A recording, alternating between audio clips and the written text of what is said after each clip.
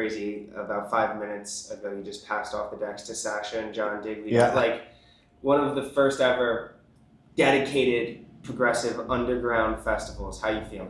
Amazing, and to look out at the crowd coming from Play de Bifa last week, you get to compare different crowds, and there's just something special going on there. I can't explain it, but yeah, I mean, this is always, it never gets boring. I've done however many back-to-backs with Sasha. It's always a surreal moment to do it. Then you're passing over to John and Sasha. Hernan's come to watch me play. There's Guy J there. It's great. There's a great family vibe here, and I'm all for it because they're all good guys, and it's it's refreshing. It's refreshing, man. Oh, it's so awesome to see, and you know, I gotta dap you up because you are the bridge. Thank for you, our brother. Progressive Thank scene, you. I think. Like you see all these pioneering legends. One, they're coming to support you, but two, I know by talking to them how stoked they are that you're bringing in this fresh, new audience that really loves the music though. Yeah. We were talking back there, it's not sceney, No. it's not nothing. But this festival, I think, is like this ultimate mixing bowl of the new progressive fans who are just getting into this music, a lot of them through you, and now they get to experience these legends too. They're staying for Sasha and John, they're staying for Guy and Hernan tomorrow. It's awesome. Yeah, and it works both ways because they pass me the older crowd that have followed them all the way through the years, but it also keeps it fresh. Me and Sasha have had this conversation no end of times, and Hernan, like, they love playing to a younger crowd too, so we get to pass each other a lot of fans, and it is like, it's 100% conversion rate. If you can just get the young crowd here to listen to them, they're hooked. And it's one of them, like, you know, like, I'm glad that you see it the way you do, because there are a lot of people in the progressive scene that I get that they're not a fan of me. I think they either love me or they're kind of not on me. And I get that because I do play, like the weekend last week, I played for Jamie Jones at Paradise, and I play a lot of subgenres, but I'm trying to do my best to work in these techie, melodic, progressive-y sound to bring them over. And that's how I'm bridging the gap. You can't do it unless you make all these other sounds, work with sometimes these popular vocals that the kids know. You've got to find a way of weaning them on and bringing them over.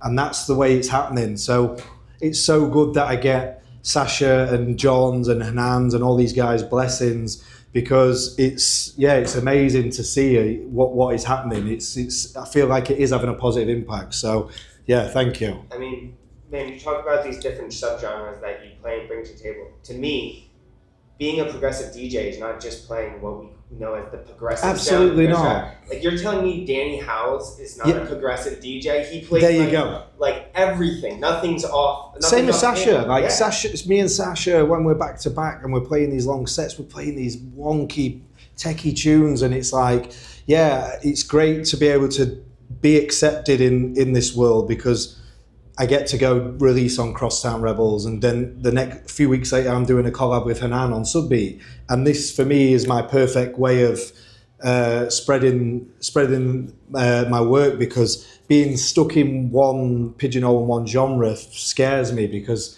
I've got so much creativity going off in the studio, and I also do a lot of these all night long sets, so I need all these subgenres under my belt. I need to be able to work in a subgenre for an hour before I take them into another one and up the BPM. So I do like to play a lot of my own music, so I like to make a lot of music across the board. So yeah, it's great. I'm really curious about the DJs, the clubs, the mixed compilations that made you fall in love with underground progressive sound for the first time. Well, I think it was just like, how can you be into this and not know who Sasha and John are? And then when you sort of start studying the music and see, like for me, I was always a fan, and then it was 2019, I went to see Sasha Last Night on Earth, Warehouse Project, and I watched him mix, and it changed the way I wanted to put a record together. It changed how I wanted to create a mix, changed everything. It's given me goosebumps. And from that night on, I don't know, something just clicked with me. And I was always a fan prior to that, but I think until you see it, you can only sort of really click with it. And I think that was, for me, what's that, 6 years ago, a massive turning point. So it's not like 20 years, but I've been on them since I was a kid. It was when I first seen him play in front of me, behind the booth, and got to watch it. I was like, yeah, right, that's how you're meant to put a record together. That's how you're meant to mix, kind of thing. So yeah, that for me was one of them. And then he closed his set with Get Me High. And I was just gobsmacked. And that was just at the time I was breaking through. And then before he went on, he said, look, we need to do a collab. I've got this record. I've got the stems. It's a bit of an idea at the moment, but I know you can progress in. It was Haunted. So he sent me it. And a year later, we put that Haunted EP out. And I think it hit number 2 in the overall chart. So it was crazy to see a breakbeat record in the overall Beatport chart. So yeah, it's been a mad journey since. We've been doing loads of records since. I've done a record with John, just done the EP with Hernan on Sudbeat, and that's gone to number 1 in the progressive. So yeah, it's very happy man at the moment. I think so many of us look up to them musically. You've been in like so close quarters with them. Is there anything about being a professional DJ and treating this seriously as a profession that you've picked up from them as well? Because they've been doing it for like 30, 40 years. It's so hard. It's so hard, and so hard to still like see the passion that they've got is so inspiring, because it's a long time to be doing this, and it's a crazy, crazy lifestyle. Like, you know, a show only the other day in Ibiza, 2 connecting flights to get here. I'm in Saudi Arabia, Thailand and Bali next week. Like, I think John says, like, we don't charge to play, we charge to travel. And they're doing this in the 50s and still love it like they did then. For me, that is one of the most inspiring things. And just the fact that they're proper, solid, nice gentlemen that are polite, and there's zero ego. It's mad. They set a good example. One thing the progressive legends all do, in my opinion, is you're not going to go hear Sasha play Expander 3 nights in a row. You're never going to hear John play Heaven Sent.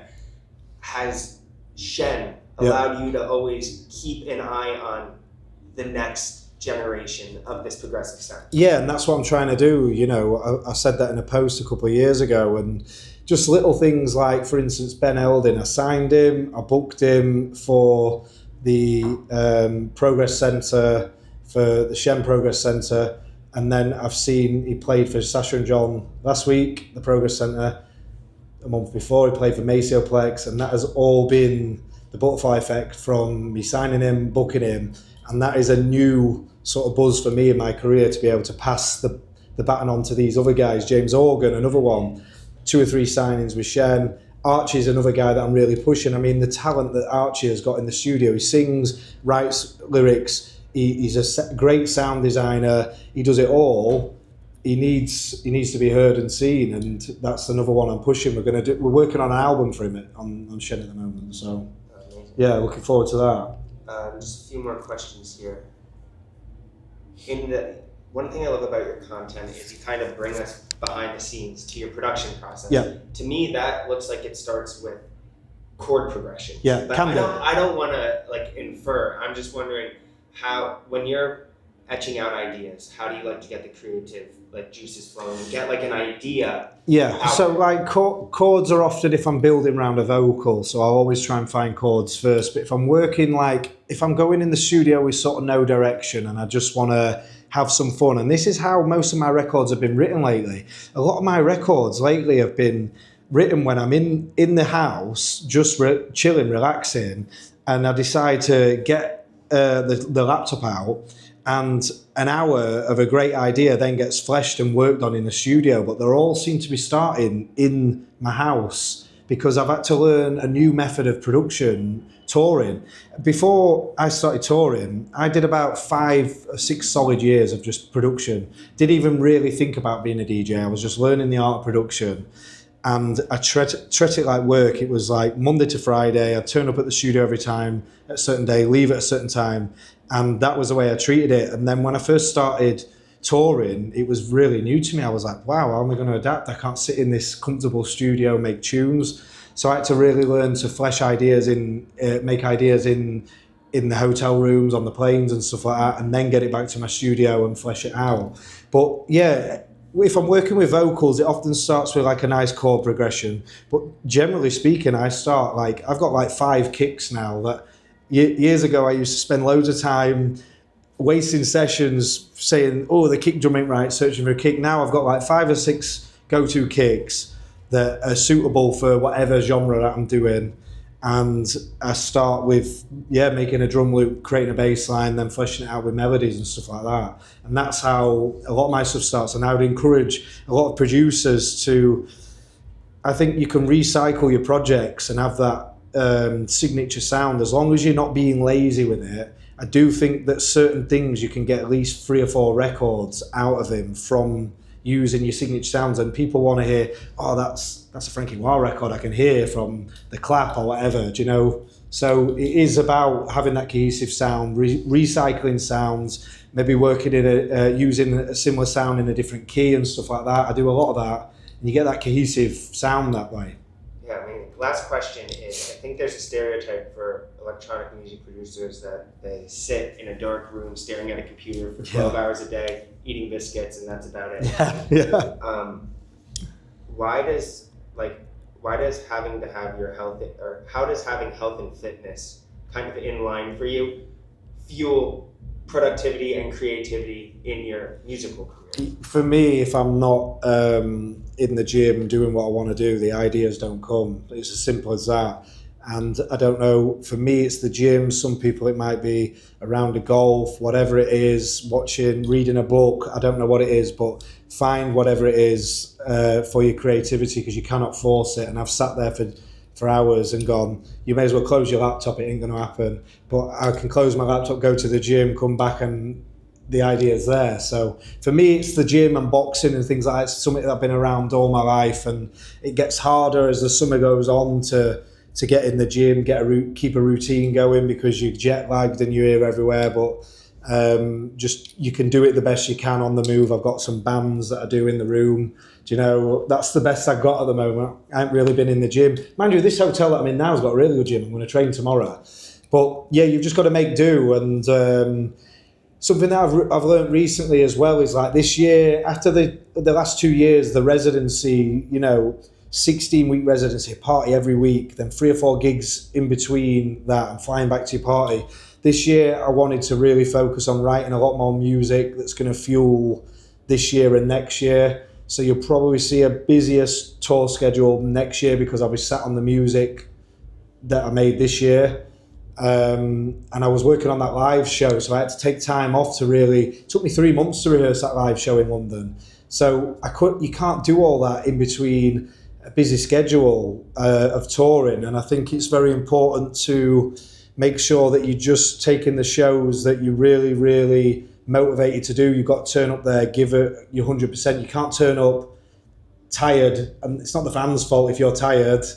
Like, you've got to be there 100% every time. So I think for me this year, it was about sitting back this year, working more in the studio. I've still got a busy schedule. I mean, it's still a busy schedule. It's crazy, really. But I look at some of my other friends, and they're doing 22, 3, 4 shows a month, which is crazy. I probably sat back a bit more and done more like 14, 15 shows a month this year. But I've got to balance out tour life, studio life, fitness and family life. That is how I try and divide it all up evenly into 3. So, you know what I mean? Otherwise you go crazy. No, definitely. Yeah, seriously. It's been a huge inspiration for me, is I have to have, first thing of the day, I have to get my shit done for me to sit down and put my heart into this more creative stuff. Yeah. Bro, yeah, I can't thank Big you up, enough. man. Big up, man. Honestly, thank you. And love your page and what it's doing, man.